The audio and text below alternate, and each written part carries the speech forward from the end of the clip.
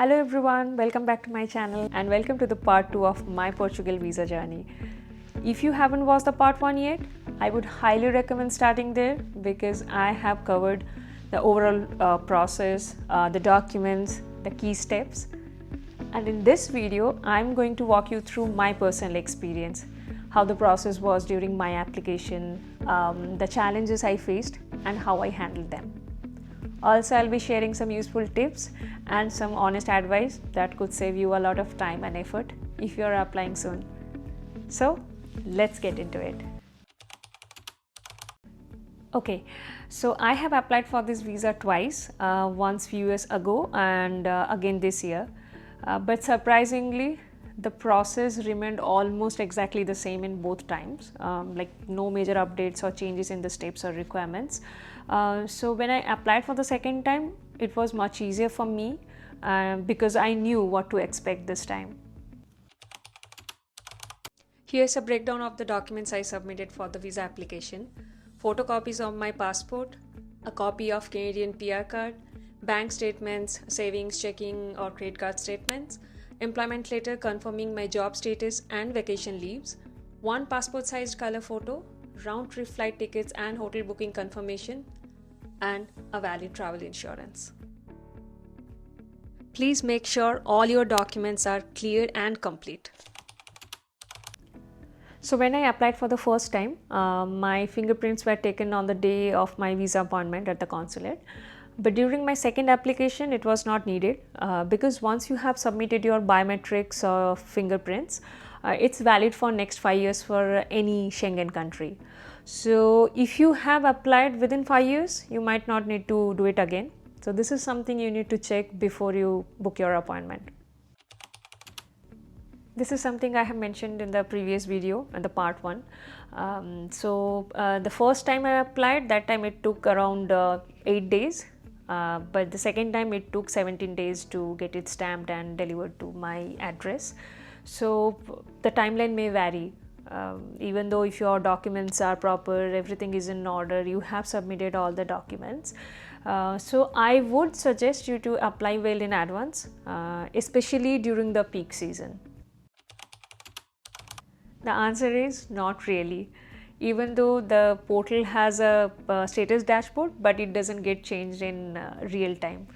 So the only thing which helped me was the Canada Post tracking number.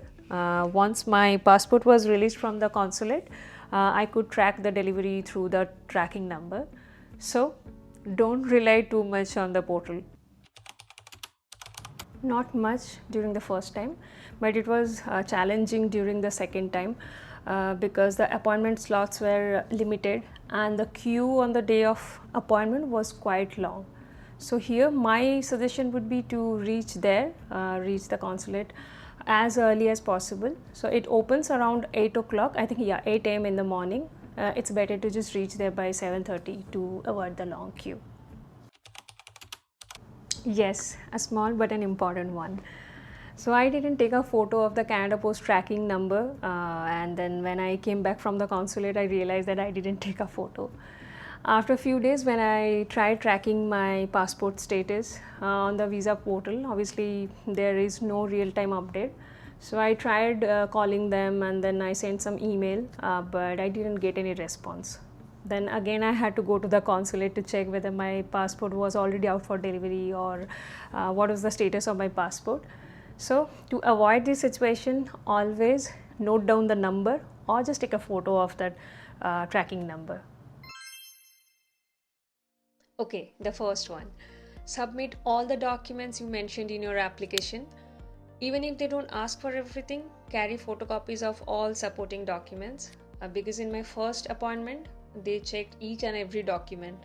But in the second one, they just asked for passport, PR and bank account details. Please don't reuse an old passport size photo. Always get a new one from a studio and ask them to stamp their address on the back. This is mandatory. Double check the size requirements on the portal and inform the studio it's for a Portugal visa. Always try to book refundable flights and hotels because if your visa is denied, at least you won't lose any money. Please make sure you have bought a travel medical insurance because one of my friends skipped it and the embassy contacted them later, which delayed their entire processing time. So it's mandatory. Also, I have included the link to the insurance provider I used in the description, so feel free to check it out. Take a photo of your Canada Post tracking number because the embassy doesn't share tracking info by phone.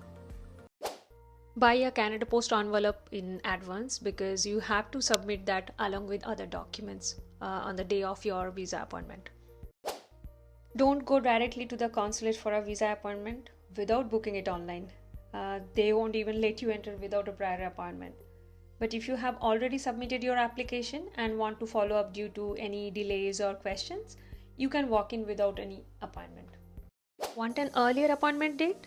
Try rescheduling through the portal between 8 p.m. and 1 a.m. on weekdays.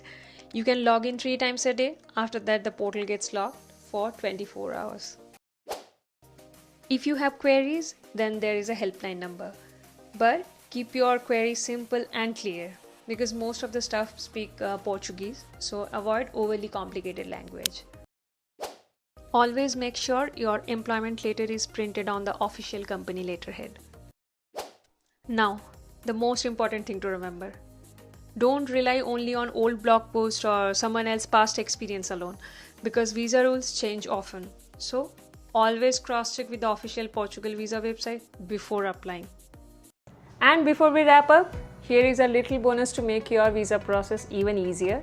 So I have created a simple checklist PDF that you can download.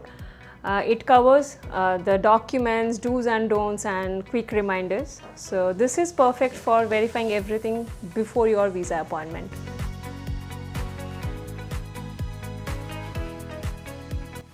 If you found this video helpful, don't forget to like, comment and subscribe.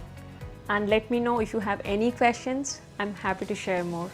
You can also drop your suggestions in the comments if there's any topic you would like me to create a video on. I would love to hear from you guys. Catch you in the next one.